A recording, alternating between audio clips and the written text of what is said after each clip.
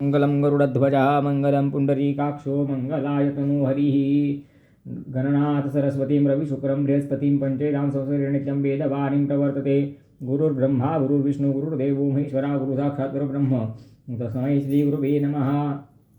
नमः पंकजनेत्राय नमः पंकजमालिने नमः पंकजनाभाय नमस्ते पंकजांघ्रये। मातृदेवो भव पितृदेवो भव आचार्यदेवो भव अतिथिदेवो भव। श्रोता भक्तान् श्री पांडुरंग समर्थ दिव्य श्री गरुड महापुराण की जय। दिव्य श्री गरुड महापुराण की जय। बघा श्रोते हो, कसं मनुष्यांचं जीवन झालेलं आहे, किती पटापट जीवन जातं आणि जन्माला आलेलं बाळ किंवा मनुष्य हा 100 वर्ष जगेलच याची आजच्या काळातली गॅरंटी काय आहे बरं? तर काहीच गॅरंटी नाही आहे, काहीच नाही गॅरंटी। 7 तारखेला मी जुन्या धुळ्यामधून गांधी पुतळ्याकडे येत असताना गांधी पुतळ्याकडून जुन्या धुळ्याकडे माझा मित्र चालला होता, तर त्याचा माझा रामराम शामशाम झाला आणि 7 तारखेपासून 8, 9 तारीख, 10 तारीख आणि 11 तारीख म्हणजे काल शेजारच्या काकू आल्या दरवाजामध्ये आणि गौरव तो अनिल माहिती ना तुला? हां, ते वारले म्हणे हार्ट अटॅक। इतका धसका बसला, अरे कसं शक्य आहे? 7 तारखेला जो व्यक्ती मला चालता फिरता गाडी चालवतोय तो माणूस, काही एवढं वय नाही आहे, काही नाही आहे, माझं 32, 33, 40, 42, 44, 45 असेल, नाही म्हणे हार्ट अटॅक। तर जीवन आणि मरण, बाळ जेव्हा मातेच्या गर्भामध्ये असतं ना त्याच वेळेला त्याची आयु निश्चित होते की हे जगणार किती, आणि मृत्यूला निमित्त लागतं बरं का, मृत्यूला फक्त निमित्त लागतं। मृत्यू न जाणे बाल तरुण वृद्ध अजान कधी। मृत्यू बाळ बघत नाही, अजान बघत नाही, वृद्ध बघत नाही, का तरुण बघत नाही। जीवा सवे जन्मे मृत्यू जोड जन्मजात दिसे भासते ते सारे विश्वनाशवंत वर्धमान ते चाले मार्ग रे क्षयांचा पराधीन आहे जगती पुत्र मानवाचा दोष ना कुणाचा पराधीन आहे जगती पुत्र मानवाचा। जसा जन्म होतो ना तसाच त्याला मृत्यू लावून दिलेला असतो। आणि श्रोतेहो, एक दिवस आपला मृत्यू आपल्या समीप येतोय। वर्धमान ते चाले मार्ग रे क्षयांचा। आज आपल्या दिवसातला पण तो एक दिवस संपलाच ना। आता काय घड्याळातले 3 वाजले, 6 वाजता सूर्यास्त होऊन जाईल, सूर्यास्त झाल्यावरती आपला दिवस। वर्धमान ते चाले मार्ग रे क्षयांचा पराधीन आहे जगती पुत्र मानवाचा। क्रिकेटची मॅच सगळे बघतात ना, बघा तुम्ही, जो त्या ठिकाणी खेळत असतो ना, विराट कोहली असेल, तेंडुलकर असेल, गंभीर असेल किंवा तुमचा वीरेंद्र सेहवाग असेल, आता आमच्या काळात हेच होते जेव्हा मॅच पाहायचो तेव्हा। सांगता यायचं का की सचिन तेंडुलकर 50 काढेल, 98 काढेल, 97 काढेल? नाही, खेळले तर सेंचुरी होऊ शकते, आऊट कधी होती सांगता येत। खेळणारा एक आहे, आऊट करणारे 11 जण आहेत, छोटीशी चूक पण ते माफ करणार नाही। तसं मनुष्याचं जीवन आहे की आपण मनुष्य हा जन्माला आल्यानंतर जगेल किती हे त्या ईश्वराशिवाय कोणी सांगू शकत नाही। आणि कलियुगात तर सांगितलंय श्रोतेहो, 30 वर्ष आयुष्य जगला म्हणजे तो दीर्घायुष्य झाला असं समजा म्हणे, त्याने खूप जीवन जगलं असं समजा म्हणे। आता कलीचं पहिलं चरण चालू आहे, आयु मर्यादा 100 वर्षांची, 100 पर्यंत खूप कमी लोक पोहोचतात। कलीच्या दुसऱ्या चरणात आयु मर्यादा 75 वर्षाची, 75 पर्यंत खूप कमी लोक जातील। तिसऱ्या चरणात आयु मर्यादा 50 वर्षाची, 50 पर्यंत खूप कमी लोक जगतील तिथपर्यंत। चौथ्या चरणात आयु मर्यादा 25 वर्षाची, मग 25 वर्षापर्यंत खूप कमी लोक जगतील। म्हणजे लग्नापासून ते पोरांच्या लग्नापर्यंत घर संसार सगळा 12-15 वर्षाचं आपण होतो तोपर्यंतच आपल्याला संपन्न करून घ्यावा लागेल। त्यावेळेस सांगितलंय की आज जे घोडे तुम्हाला उंच उंच दिसत आहेत, 6-6 फुटाचे, हत्ती मोठे मोठे दिसत आहेत, गाई बैल धष्टपुष्टाने मोठे दिसत आहे, तेव्हा ते छोटे छोटे होऊन जातील सगळे। आणि आत्ता जे आपण लिंबाचे झाडं बघतो, वडाचे पिंपळाचे झाडं बघतो की जे खूप उंच असतात, ते झाडं म्हणजे हरभऱ्याचं झाड असतं असं एवढंसं झुपलं ते असं रोप, त्या हरभऱ्याच्या झाडाच्या सावलीमध्ये बसून माणूस सावली घेईल म्हणे, त्या झाडाच्या जवळ खोडाशी बसून मनुष्य सावली घेईल एवढा तो ठेंगणा होऊन जाईल. आणि मनुष्यच नाही बरं का, सगळे जीव हळूहळू करून कमी उंचीचे ठेंगणे होतील, त्यांची आयुमर्यादा कमी राहील आणि भगवत भक्ती किंवा भगवत नाम संकीर्तन या गोष्टी पूर्णपणे लोप पावतील. पशूंपेक्षा सुद्धा निपत्तर मनुष्य जीवन जगायला लागेल. असं कलीचं चरण जसं जसं वाढत जाईल तसं तसं कलीचा प्रभाव वाढत जाईल. जसं की बघा तुम्ही अंधार पडताना एकदम काळोख नाही पडत, पण हळूहळू हळूहळू करून तो अंधार उजेडाला पूर्ण ग्रसित करून टाकतो. तसा हा कली हळूहळू करून संपूर्ण विश्वाला ग्रसित करणार आहे. तर श्रोते हो, जीवासवे जन्मे मृत्यू, तर जन्म आणि मृत्यू यांची साखळी ही लागलेलीच आहे. मग गरुड पुराणात श्रीमन नारायण गरुडजींना तेच सांगतायत की बाबा हे जीवनचक्र असं चालूच राहणार आहे. हजारो लोक रोज हजारो नाही करोडो लोक माझ्या कृपेने रोज जन्माला येतील. त्यांचा अवधी पूर्ण झाला की हे जग सोडून ते चालले जातील. जसं रेस्टॉरंट असते ना, ज्यांना भूक लागली ते रेस्टॉरंटमध्ये जेवण करण्यासाठी जातात आणि ज्यांचं पोट भरलंय ते बिल पेड करतात आणि हॉटेलच्या बाहेर पडतात.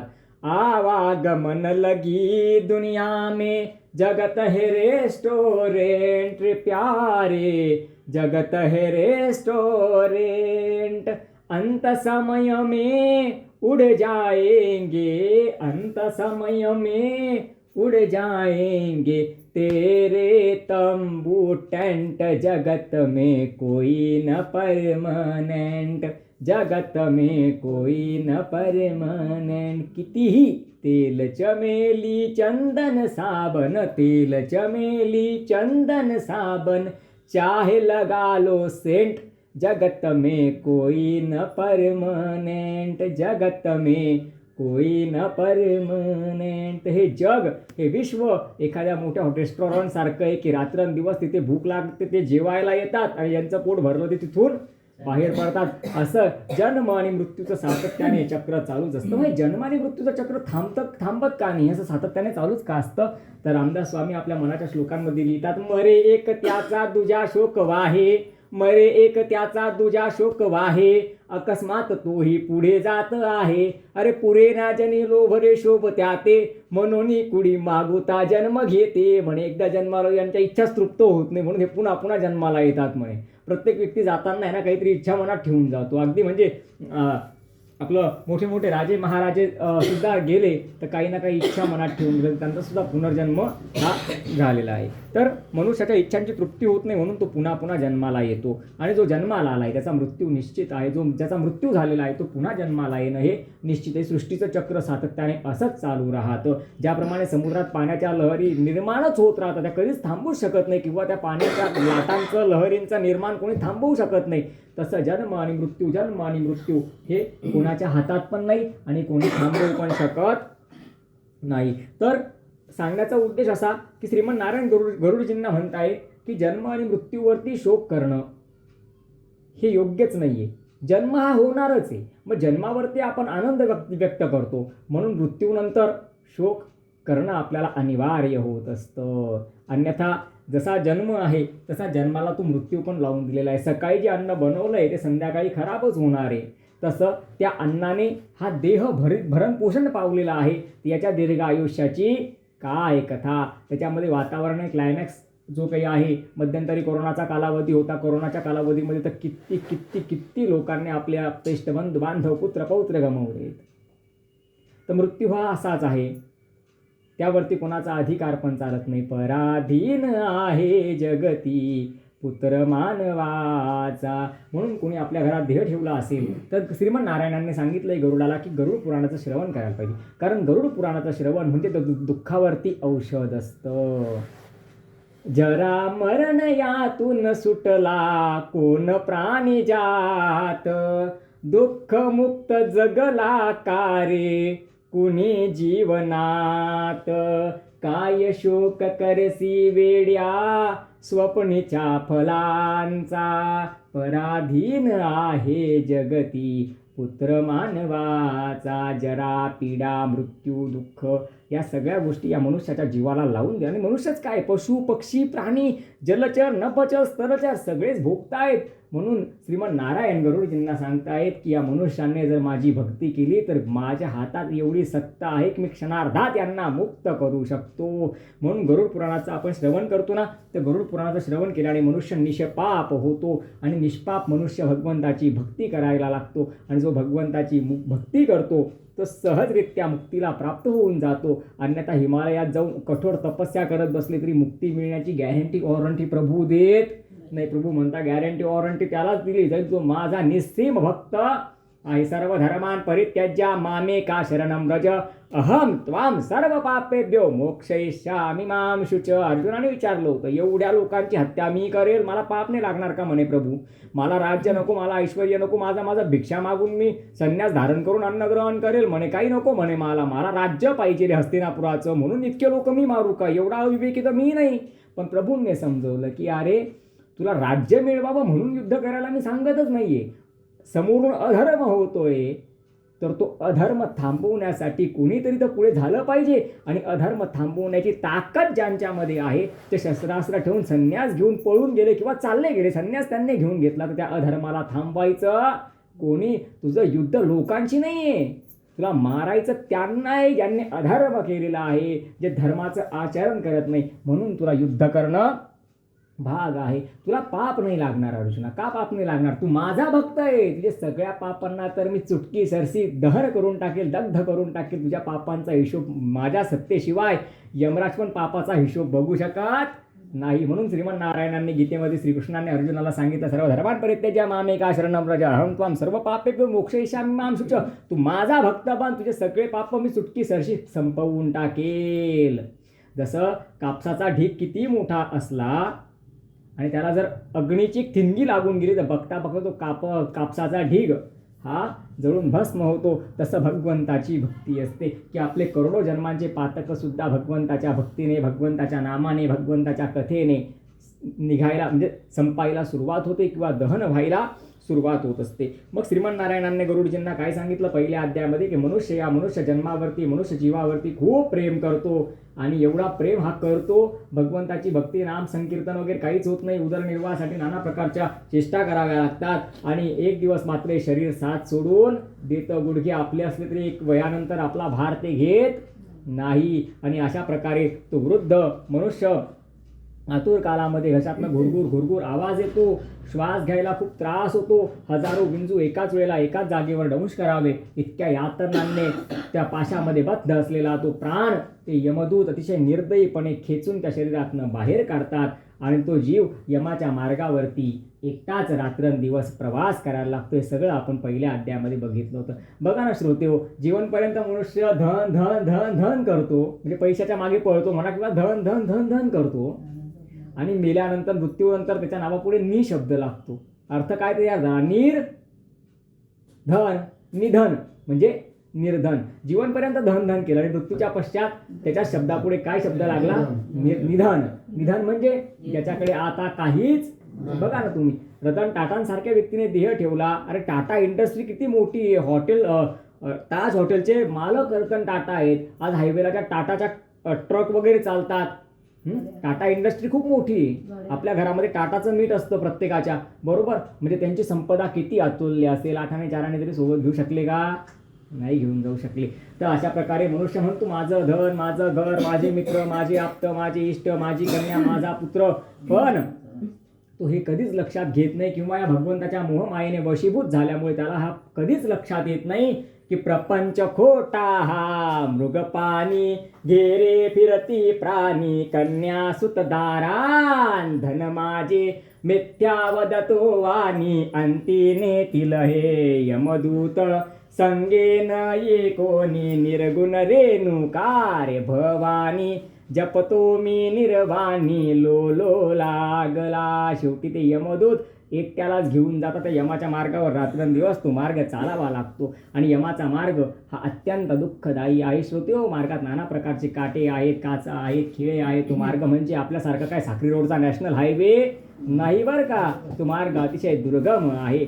कधी कधी रात्रीच्या काळात चालावं लागतं, तर मोठ्या मोठ्या खड्ड्यांमध्ये पण तो जीवात्मा पडत असतो. तसंच ते यमदूत त्याला बाहेर काढतात, पुन्हा पुढचा प्रवास करायला लावतात. मार्गामध्ये तीक्ष्ण चोचे असलेले घुबड, कावळे, गिधाड त्याच्या जीवाला, त्याच्या शरीराला, त्या यातना देहाला चोचा मारून त्याला रक्तमंबाळ करतात, घायाळ करतात, त्याचं मांस ओरबाडून खातात, तरी तो काही करू शकत नसतो. रस्त्यामध्ये मार्गामध्ये अनेक विंचूदंश करतात, अनेक सर्पदंश करतात. तीक्ष्ण दंत असलेले जे प्राणी आहेत ते सुद्धा चावा घेत असतात. आणि असा त्या यमाच्या मार्गावरती प्रवास करता करता ते प्रेत सगळ्यात पहिले 247 योजनांचा प्रवास पूर्ण करून कुठे पोहोचतं?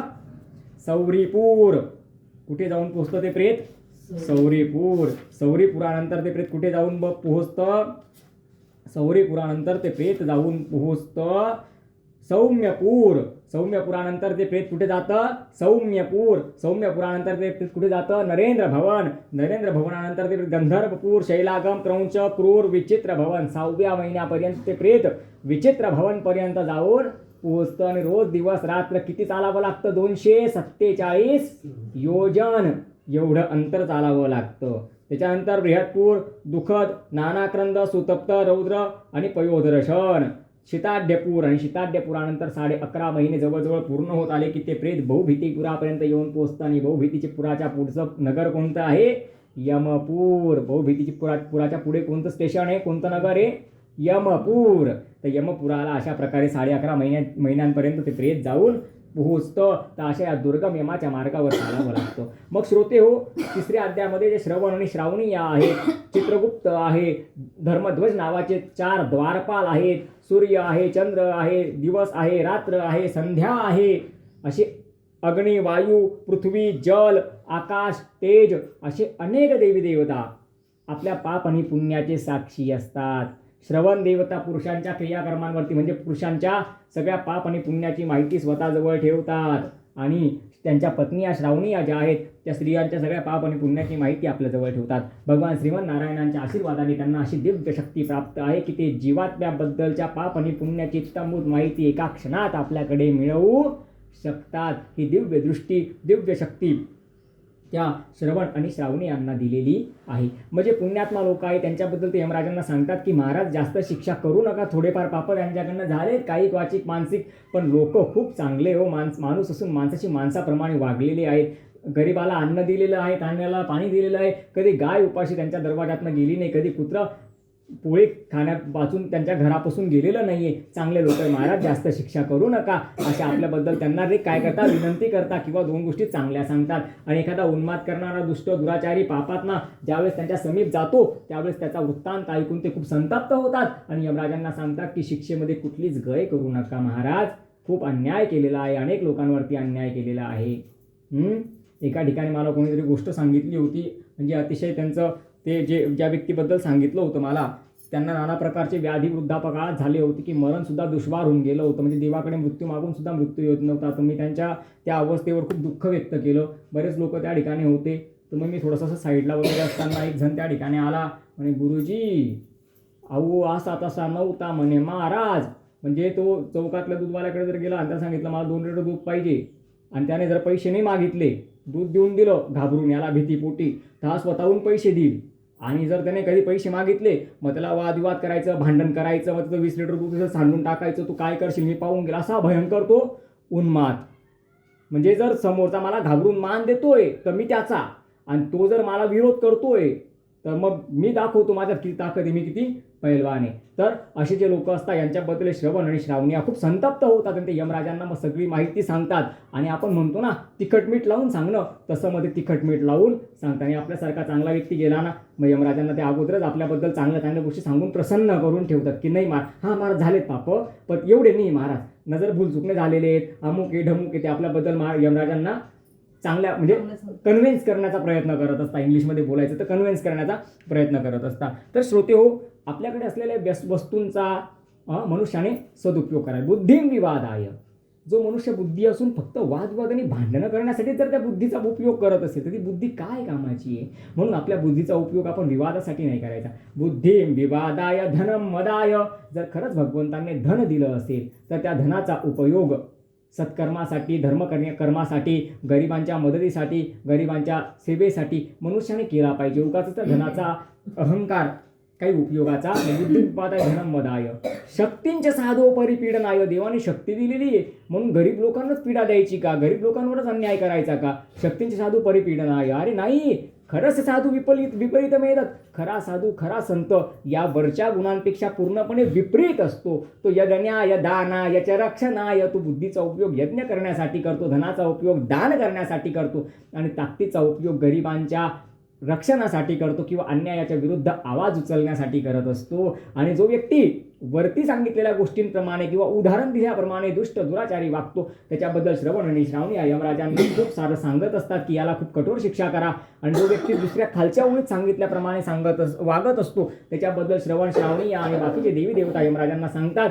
की महाराज एवढं काही पाप देत नाही, चांगला व्यक्ती, जास्त शिक्षा करू नका. मग आपल्या शिक्षेमध्ये यमराज खूप सारी कमी ही करत असतात. जसं आपले न्यायाधीश असतात ना तसं ते धर्मराज सुद्धा खूप मोठे न्यायाधीश आहे. आणि धर्मराजांना काही चित्रगुप्ताने सांगितलं, धर्मध्वजाने सांगितलं आणि श्रावण्याने जाऊन सांगितलं म्हणूनच समजतं असं बिलकुल नाही. ते धर्मराज आहे, ते यमराज आहे. जर त्यांना त्या सिंहासनावरती बसवलंय तर त्यांची योग्यता आहे म्हणून तर त्यांना तिथे बसवलंय.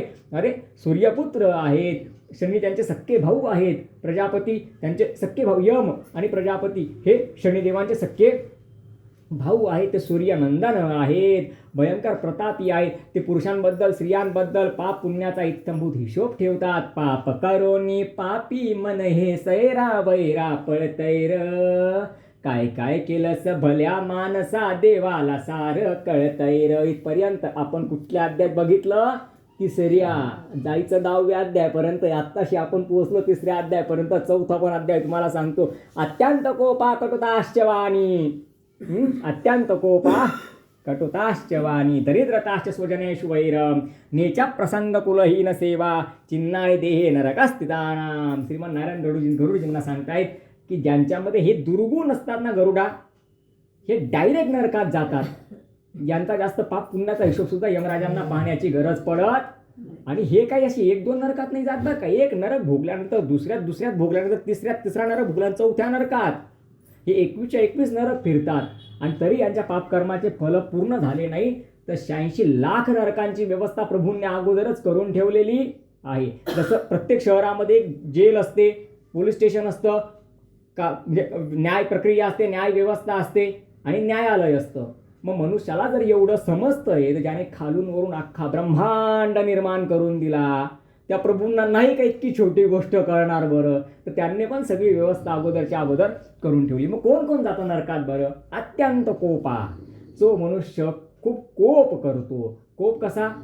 छोट्या छोट्या गोष्टींवरती चिडचिड करतो, छोट्या छोट्या गोष्टींवरती धावून जातो, छोट्या छोट्या गोष्टींवरती आरडाओरडा करतो, चिडचिड करतो. अत्यंत कोपा, खूप कोप करतो. कटुताश्च वाणी, त्याच्याशी कितीही प्रेमाने बोला तो असा धावूनच येईल अंगावरती, असं चिडूनच बोलेल, कटूच बोलेल, तो वाईटच बोलेल, तो चांगलं कधी बोलणारच नाही. मग तुम्ही किती त्याच्याशी प्रेमाने बोला. अत्यंत कोपा कटुताश्च वाणी.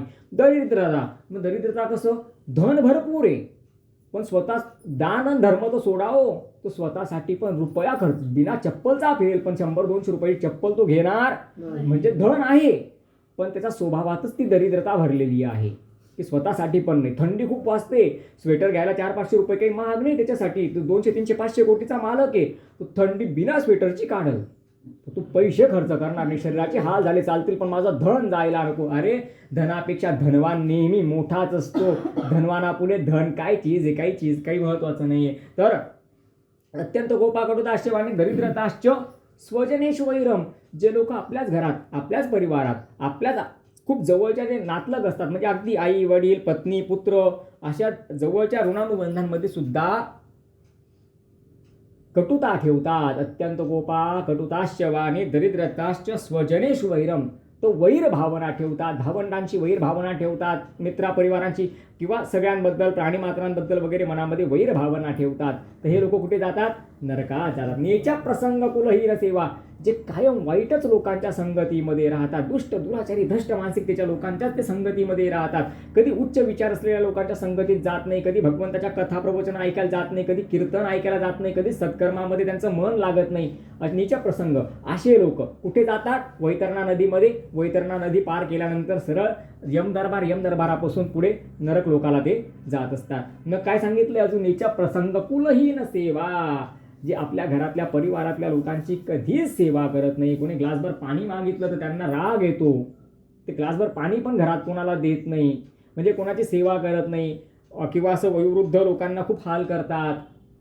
तर असे जे लोक असतात ते पण नरकात जातात. जे स्त्रियांचं द्रव्य चोरतात, स्त्रियांना, मुलांना, छोट्या छोट्या कन्यांना म्हणजे मुलींना मारहाण करतात, स्त्रियांवरती पापदृष्टी ठेवतात, असे लोक पण नरकात जातात. जे विहिरी बुजतात, तलाव बुजतात, सार्वजनिक गोष्टींची, सार्वजनिक मालमत्तेचं नुकसान करतात, त्याच्यानंतर मार्गात कोणाला अडवतात, कोणाचं द्रव्य चोरून नेतात, जे जागा वगैरे जप्त करतात किंवा हडप करतात, किंवा जे दुसऱ्याचं नुकसान करतात, कोणी धन बुडवतं, कोणी अशा प्रकारचे जे काही पातकं करणारे लोक आहेत, तुम्हाला मी एवढं सगळं सांगितलं 4थ्या अध्यायातला विषय, तर हे सगळे कुठे जातात?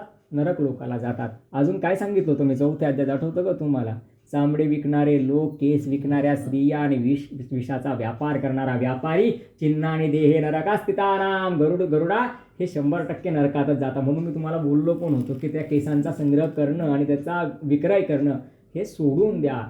चांगलं म्हणजे आता सांगायला बोलायला गेलं तर खरं लहान तोंडी मोठा घास नाही घेतला पाहिजे, पण हे सगळ्यात मोठं दरिद्रताचं लक्षण आहे. त्याच्यामुळे ते गळालेले केस आहे ना, झाडू मारल्याने तर सापडले ना, जेवढे सापडले उकरड्यावर जाऊ द्यायचे. मला सांगा, आपले सासू किंवा असं जे अगोदरचे जुने लोक होते, आठवतं का कधी घरात केस सांभाळलेले? आपण त्यांच्यापेक्षा हुशार आहे, ते गैबाने होते असं आहे का? अरे त्यांना आपल्यापेक्षा पण जास्त माहिती होती. आपल्याकडे थोडंसं टेक्नॉलॉजी आली किंवा इंग्लिश, गणित, विज्ञान, थोडंफार 4 गोष्टी आपल्याला जास्ती माहिती पडल्या तर आपल्याला असं वाटतं आपण खूप हुशार होऊन गेलो, पण असं नाही आहे. त्यांचे सिद्धांत जे होते ना ते परफेक्ट होते. वेळ काळाप्रमाणे बदल करणं हा काळाचा नियम आहे, शेवटी बदल हा सृष्टीचा नियम आहे, पण त्यांच्या वेळेनुसार ते परफेक्ट होते. आपल्या वेळेनुसार आपण परफेक्ट आहे, आणि आपले पोरं जेव्हा आपल्या वयाचे होतील तेव्हा त्यांच्या वेळा काळाप्रमाणे ते परफेक्ट राहतील. याला म्हणतात जनरेशन चेंज. तर श्रोते हो, अशा प्रकारे जे जे कर्म करतात ते सरळ चिन्हाने देहे नरकास्थितानाम. अरे प्रभूंनी एवढी व्यवस्था करून ठेवली ना, या शरीराला 9 द्वार आहेत. ज्याचं जसं पाप असतं ना त्याचा प्राण त्याच दरवाजातनं निघतो, तिथे श्रवण श्रावणिया किंवा यमराज त्याला नोटीस करतात की याने काय काय कर्म केलेलं आहे. ते प्रभू आहेत, ते अखिलांड कोटी ब्रह्मांड नायक आहेत. एवढे सोपे नाही आहे ना. अहो साधे उभे पण राहतात, प्रभू कसे उभे राहतात? एका पायावर एक पाय अशी घडी घालून उभे राहतात. कधी फोटो बघितला का श्रीमान नारायणांचा? त्याच्यावरूनच समजून घ्या. प्रभू म्हणतात तू 1 नंबरी आहे तर मी 10 नंबरी आहे, म्हणजे तुझ्यापेक्षा मी 10 पावलं पुढे बाळा, तू माझ्यापेक्षा पुढे जाऊ शकत नाही. एक मुलगा आहे ना, म्हणजे मी असं गरुडाला कुठेतरी जात होतो, तर मुलगा सायकलवर चालला होता, त्याच्या मागे त्याचे वडील गाडीवरती होते. तुझ्या वडिलांना म्हणे तुम्ही जा म्हणे घरी, मी बरोबर क्लासला जाईल म्हणे. त्याचे वडील त्याला बोलले ते सगळे छक्के पंजे मी ओळखतो, तुला क्लासला मी पायरीपर्यंत सोडतो म्हणे. मग म्हणजे काय की पोराचे सगळे छक्के पंजे कोणाला माहिती असतात?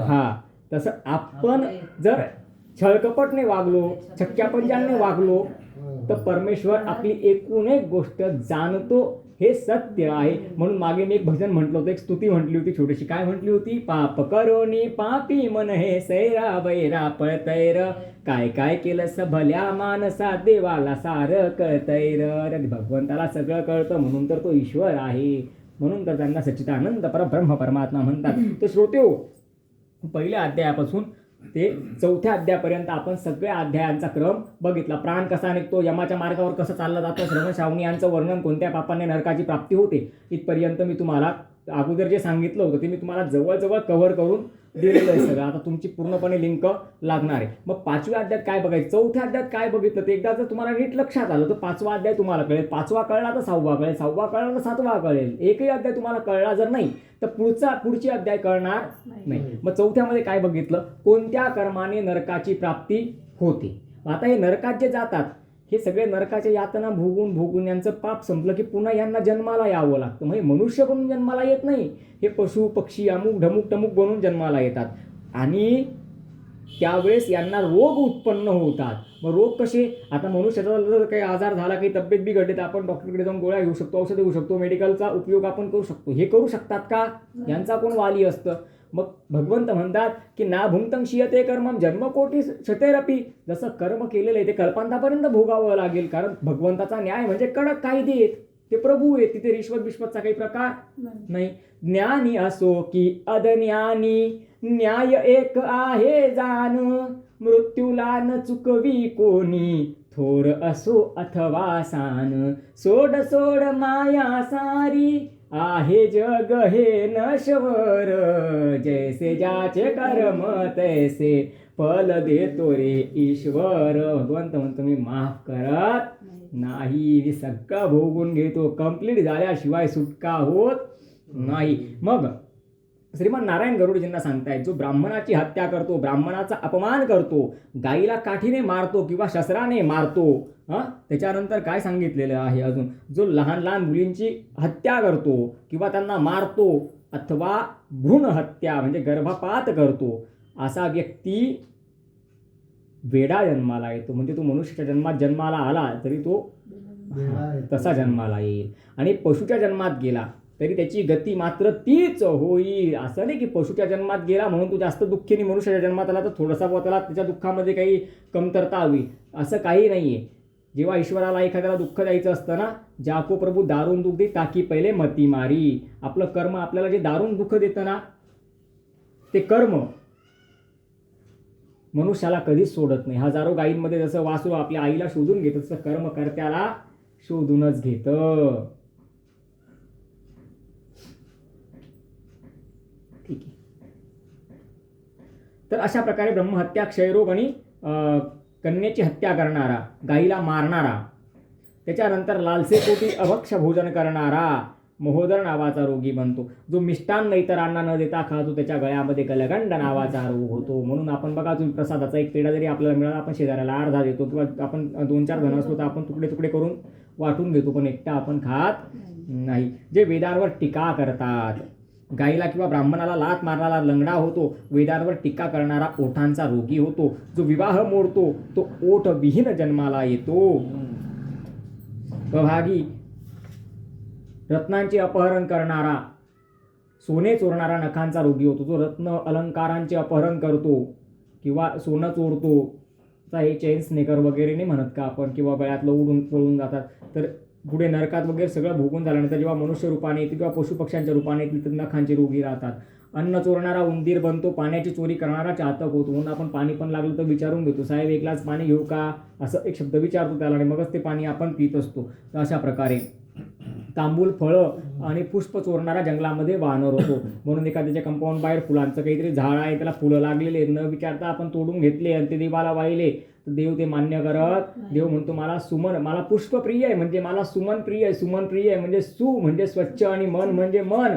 हे स्वच्छ मन नाही आहे, बाहेर ते आलेलं आहे. मग बाहेरच्या बाहेर तोडून घेणं विचारणं आपलं कर्तव्य आहे, तर आपण विचारायला पाहिजे. जो अशा प्रकारे तांबूल चोरतो, फळं चोरतो किंवा फूल चोरतो तो जंगलामध्ये माकड बनतो, वानर बनतो. विष पिऊन आत्महत्या करणारा डोंगरामधला काळा नाग बनतो. जे लोक क्षणिक सुखासाठी त्यांच्या इच्छा, अपेक्षा, आकांक्षा पूर्ण होत नाही किंवा काहीतरी जीवनामध्ये संघर्ष आला, काहीतरी अडचणी आल्या म्हणून आत्महत्या करतात, विष पिऊन आत्महत्या करतात, ते नागाच्या योनीला जातात, सर्पाच्या योनीला जातात. विषय थोडासा मला समजवण्यासाठी सांगतो मी की भगवंताने सृष्टी निर्माण केली तर त्याच्यामध्ये 84 लाख योनी निर्माण केल्या, तर त्या 84 लाख योनींमध्ये जीवजंतू जन्माला येतच राहणार आहे. तो सृष्टीचा नियम आहे.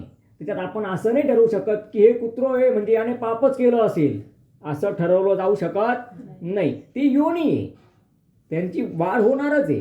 पण मनुष्य जर त्याप्रमाणे कर्म करेल, त्याचे आचरण तसं असेल किंवा त्याचं पापकर्म तसं असेल तर मग त्याला काही योनीमध्ये जावं लागतं. हा माझा तुम्हाला सांगण्याचा उद्देश आहे. जो ब्राह्मण शिष्यांना योग्य ज्ञान देत नाही तो बैल होतो. जो शिष्य गुरुची सेवा करत नाही तो मात्र गाढव होतो. जो गुरूंचा अपमान करतो तो निर्जन वनातील ब्रह्म राक्षस होतो. म्हणून गुरुर्ब्रह्मा गुरुर्विष्णू गुरुर्देव महेश्वरा गुरु साक्षात परब्रह्म तस्मै श्री गुरवे नमः. म्हणून आपण सद्गुरूंना कायम नमन करतो. अखंड मंडलाकारं व्याप्तं येन चराचरं तत्पदं दर्शव्येन तस्मै श्री गुरवे नमः. अरे गुरुची किती महती तुम्हाला सांगायची, पुढे सांगेलच मी शेवटच्या अध्यायांमध्ये आहे ते मला सांगावंच लागेल. तर जो आपल्या मातापितांचा गुरूंचा द्वेष करतो, आपल्या बहीण भावंडांची वैर ठेवतो, त्याचा हजारो वर्ष मातेच्या उदरामध्येच नाश होत राहतो. त्याचा गर्भ मातेच्या उदरामध्येच नाश होत राहतो. त्याला लवकर जन्माची संधी मिळत नाही. सॉरी, आता पुढचं थोडं तुम्ही ऐकून घ्या. आता जे आहे ते नाही किचकट नाही आहे, त्यांना ते थोडं लागू शकतं बुवा असं. सासू सासऱ्यांना शिवीगाळ करणारी आणि सतत भांडणारी स्त्री ही पाण्यातील जरू बनते. जरू पाण्यातला बारीक जीव असतो. कृमी कीटक जंतू. हा, जंतू. तर ती पाण्यातली कोण बनते? जरू बनते. आणि जर ऐका पुढे, पतीचा अपमान करणारी स्त्री, पतीशी सतत भांडणारी स्त्री, पतीचं आज्ञाकारक हितकारक वचनांचं उल्लंघन करणारी स्त्री केसातली ऊ बनते. जी स्त्री आपल्या पतीला सोडून परत पुढे सेवन करते ती वटवाघूळीन, सरडा किंवा दोन मस्तक असलेली सर्पिणी बनते. जी स्त्री आपल्या गुणवान पतीला सोडून त्याच्या अप्रोक्ष दुसऱ्या एखाद्या पुरुषावरती ती प्रेम करते, तर तशी स्त्री जी आहे ती दोन मस्तक असलेली सर्पिणी किंवा सरडा किंवा वटवाघुळीच्या योनीला जाते. जे दुसऱ्या स्त्रियांसोबत रत होण्याची इच्छा ठेवतात असे सरडा या सरड्याच्या योनीला जातात किंवा उंटच्या योनीला जातात. जे लोक महान कामी प्रवृत्तीचे असतात असे लोक कामलंपट घोड्याच्या योनीला जातात. आणि श्रोते हो, ब्रह्महत्या करणारा गाढ उंट आणि म्हशीच्या जन्मी जातो. सोन्याची चोरी करणारा किडा होतो, पतंग होतो. वेदांचे अनुयायी असलेल्या आपल्या ब्राह्मणाला बाजूला ठेवून दुसऱ्या ब्राह्मणाला दान देणे याला ब्राह्मणांवर अतिक्रमण असं म्हटलेलं आहे. तर गरजू ब्राह्मणाला दान करण्यापेक्षा जो ब्राह्मण संपन्न आहे अशा ब्राह्मणाला आपण भरभरून दान केलं तर हे ब्राह्मणांवरती श्रीमंत नारायण गरुडजींना म्हणतात की हा अतिक्रमण आहे गरुडा, हे चुकीचं आहे गरुडा. ज्याला गरज नाही आहे, ज्याचं पोट भरलेलं आहे, म्हणजे ज्याची बादली भरलेली आहे त्याच्या बादलीमध्ये आपण आपली कळशी ओततोय, ते वाया गेलं तर गेलं. आणि जो बिचारा पाणी पाणी करून तरसतोय त्याला आपण देत नाहीये, हे चुकीचं आहे म्हणे गरुडा. तर सांगायचं तात्पर्य असं की जे ब्राह्मण कुठल्या प्रकारचा व्यापार व्यवसाय म्हणजे धार्मिक पूजापाठला सोडून काही वेगळं काही करतायत किंवा काही सर्व्हिस वगैरे नोकरी वगैरे, आणि आपण त्यांना आपल्याला माहिती की यांना एवढं चांगल्या जागेवर यांना पोस्टिंग मिळतोय तरी आपण त्यांना बोलवतोय, त्यांच्याकडनं पूजापाठ करतोय, दान करतोय, धर्म करतोय, श्रीमंत नारायण म्हणता की हे चुकीचं आहे गरुडा, हे पाप आहे. भले आपल्याकडे येणारे ब्राह्मण 2 मंत्र त्यांना कमी आले चालतील किंवा ते व्यवस्थित त्यांना नाही जमत, ठीक असो दुसऱ्याला देण्यापेक्षा गरीब आहे ना, पोट भरतं ना त्याचा आपल्यामुळे, त्याला आपण आजीविका उपलब्ध करून द्यायची, पण अतिक्रमण होऊ द्यायचं नाही, हे सांगण्याचा उद्देश. आणि जो ब्राह्मणांना आजीविका देणारा व्यक्ती 1 लाख गोदाईंचं फल प्राप्त करतो, तर ब्राह्मणाला नेहमी आजीविका द्यायची आणि ब्राह्मणाला नेहमी अभय द्यायचं, आजीविका द्यायची. मग आजीविका कशी बरं? तर आता समजा तुमच्याकडे आता काही पूजा आहे, सत्यनारायण वगैरे, काही लक्ष्मीपूजन, कळस पूजन, बरोबर. तर साधारणतः आता आजच्या कालावधीप्रमाणे आपण काय विचार करतो, नाही गुरुजी आले ना, अर्धा पाऊण तास 1 तास त्यांनी आपल्यासाठी दिला ना, महागाई एवढी आहे, 100-200 रुपयात खरंच काही होत नाही, तर आपण काय करतो, पटकन 500 रुपये दक्षिणा गुरुजींना देतो. गुरुजी पण खुश होता, गुरुजी पण त्याच्यावर काही नाराज होत नाही की नाही ठीक आहे, योग्य आहे, काही आता एवढं आहे नाही, वेळा काळाप्रमाणे आता 100 रुपये म्हणजे 500 रुपये म्हणजे आजचे 100 रुपये झालेले आहेत, तर ठीक आहे. मग त्याच्यात आजीविका द्यायची ना, मग आपण आपल्याकडनं काहीतरी वाढवायचं, कारण ते तर तुम्ही त्यांच्या कामाचे पैसे त्यांना दिले, मग आपण त्यांना आजीविका मग काहीतरी वाढवायचं. मग कसं 50 रुपये अजून द्यायचे किंवा 100 रुपये त्याच्यावरती द्यायचे की गुरुजी आमच्याकडनं हे व वेगळं जास्त. तर जे आपण वरती दक्षिणा देत असतो त्यांच्या कष्टाव्यतिरिक्त, तर त्याला म्हणतात आजीविका दान करणं. आणि अशी आजीविका जो देतो तो 1 लाख गोदान केल्याचं फल प्राप्त करतो. अशा प्रकारे दुष्कर्म करणारे जीव नरकातील यातना भोगून त्या उरलेल्या पापांचा भोग घेण्यासाठी या योनींमध्ये फिरतात. तर नरकामध्ये जे जीव असतात ते त्यांच्या बऱ्याचशा पापांचा भोग नरकात भोगतात आणि राहिल्या साहिल्या पापांचा भोग अशा प्रकारे सांगितलेल्या त्या पशुपक्ष्यांच्या योनीला जाऊन ते भोगत असतात. किंवा मनुष्याच्या घरात जरी त्याचा जन्म झाला, म्हणजे मनुष्याच्या उदरात जरी त्याचा जन्म झाला, मनुष्य योनीला जरी त्याचा जन्म झाला, तरी पण मग तो जन्मतःच अशा काहीतरी दुःखाने ग्रसित असतो की जीवनपर्यंत ते ओझं त्याच्यावरती असतं. जसं की आता समजा एखादं बाळ जन्मांध जन्माला आलं, तर त्या बाळाला जन्मापासून ते शेवटपर्यंत किती ओझं मनावरती की मला डोळ्यांनी दिसत नाही, मला डोळ्यांनी दिसलं पाहिजे. मग कुठेतरी काहीतरी पापकर्म झालेलं आहे किंवा काहीतरी असा अपराध बनला असेल म्हणून त्याला त्या कर्माचं फल भोगावं लागतं. हे लवकर नाही संपत, हा हिशोब खूप चालतो, हा हिशोब लवकर संपत नाही. तर अशा प्रकारे मग ते होत असतं. आणि मग पशुपक्ष्यांच्या योनीला एकदा मनुष्य गेला की थंडी, ऊन, वारा, पाऊस सगळ्या प्रकारचे दुःख सहन करावे लागतात. आणि श्रोतेहो, खरं सांगू का तुम्हाला, दान न केल्यामुळे मनुष्य दरिद्री होतो. म्हणून मनुष्याने ना थोडं थोडं थोडं थोडं दान करायलाच पाहिजे. कोणी गरीब व्यक्तीने आपल्या पुढे हात पुढे केला ना, 20 रुपये, 10 रुपये, 50 रुपये जे त्यावेळेला आपल्या खिच्यामध्ये उपलब्ध असेल ना, देऊन द्यायचं. किंवा एखाद्याला आपल्याकडनं बोललं गेलं असेल ना की अरे हा तुला स्वेटर नाही का, चल तुला 2 दिवसामध्ये मी स्वेटरची व्यवस्था करून देतो, तर आता बोललं गेलं ना आपल्याकडनं, मग 500-700 रुपये गेले तर गेले, पण त्या गरीब व्यक्तीला आशा लागून गेली ना, मग आठवणीने जायचं त्याच्यासाठी स्वेटर घ्यायचं आणि त्याला ते देऊन द्यायचं. रघुकुल रीत सदा चली आई, प्राण जाय परवचन न जाई. एखाद्याला जर बोललं गेलं असेल ना आपल्याकडनं की तुला देईल, तर मात्र मग काही घेऊ त्याला ते द्यायचं. आणि मागणाऱ्या व्यक्तीने हात पुढे केला ना, त्याला विनमुख जाऊ द्यायचं नाही, त्याला काही ना काही द्यायचं. पण गेटजवळ कोणी मागायला आलं त्याला सांगायचं जय सियाराम, चला बाबा पुढे. कारण का माहिती का, त्याला तुम्ही श्रद्धेने 100 रुपये दिले, त्याला आनंद वाटेल, 2 दिवसांनी तो परत येईल, 4 दिवसांनी तो परत येईल. घरामध्ये पुरुष मंडळी असतात नसतात, आणि मग हे लोक संधीचा फायदा सुद्धा घ्यायला चुकत नाही. आणि जो गरीब आहे, जो मागतोय, आता युग कोणता चालू आहे, युगे युगे कलियुगे, त्याचा नेम नाही. पण घरापासून लांब आहे, बाहेर आहे, तो व्यक्ती काही पुन्हा पुन्हा आपल्याकडे मागणार किंवा पुन्हा पुन्हा त्याची आपली सातत्याने भेट होणार नाही. आणि खरोखर त्याला गरज आहे असं जाणवतंय, वाटतंय, तो फ्रॉड नाही वाटत आहे, आतून इच्छा निर्माण झालेली आहे, मनोदेवतेने सांगितलंय की याला दे, याला गरज आहे. अशा वेळेस त्या मनाचा आवाज कधीच दाबायचा किंवा मारायचा नाही, मग मात्र देऊन द्यायचं. तर श्रोते हो, जो दरिद्री होतो ना, तो पुन्हा पाप करतो आणि पापाच्या प्रभावाने पुन्हा नरकात जातो. म्हणून मनुष्याकडनं दान, योग्य तिथे दान, योग्य तिथे धर्म, योग्य तिथे सत्कर्म हे व्हायलाच पाहिजे. तर श्रोते हो, या अध्यायामध्ये आपण काय श्रवण केलं, कुठल्या पापाने कुठल्या योनीला मनुष्य जातो आणि त्याला कोणत्या कोणत्या रोगांची, आजारांची प्राप्ती या ठिकाणी होत असते. मग श्रीमन नारायणांना गरुडजी सांगतायत, गरुडजींना श्रीमन नारायण सांगतायत, पूर्वजन्म कृतम पापम भोगरूपेने जायते. हे पूर्वजन्मातले पाप भोगरूपाने जातात. आणि गरुडा असते भोगरूपाने नाही जात, तर पूर्वजन्म कृतम पापम व्याधी रूपेन जायते. पूर्वजन्मातले पाप गरुडा व्याधी रूपाने सुद्धा भोगावे लागतात रे. म्हणून हे पाप मनुष्य करताना तर खूप आनंदी होतो किंवा तो आनंदाने ते पाप करतो, पण ते पाप पुढे त्याला कल्पांतापर्यंत दुःख देत राहतं. म्हणून मनुष्याने जास्तीत जास्त प्रयत्न हाच ठेवायचा की परोपकाराय पुण्याय पापानां परिपीडनम, सगळ्यांवरती परोपकार करायचे, सर्वोपकारी भव, सगळ्यांवरती परोपकार करायचे. मनुष्याचं जीवन कसं असलं पाहिजे माहिती का तुम्हाला, अयम निज परो वीर्गणाम लघुचेतसाम, असं चिंगू मन नको. गरुडजी श्रीमन नारायणांना सांगता येते, गरुडजींना श्रीमन नारायण सांगताय. बरं, माझा वैयक्तिक मी तुम्हाला काही सांगत नाही, मी एवढा ज्ञानी पंडित पण नाही की मी एवढे मोठे मोठे श्लोक स्वतः तयार करून बोलू शकेल. हे तर श्रीमन नारायणांनी जे गरुडजींना सांगितलं तुम्हाला सांगतोय मी की अयम निज परो वीर्गणाम लघुचेतसाम. गरुडा काही काही लोकांचं मन आहे ना असं चिंगू मन असतं म्हणे, ते कोणाला भाकरीचा अर्धा तुकडा पण देत नाही म्हणे. तर अयम निज परो गणनाम लघु चेतसाम. आणि काही काही लोक कसे असतात म्हणे गरुडा, उदार चरितानंतु वसुधैव कुटुंबकम, ते सगळ्या दुनियेलाच आपलं समजतात.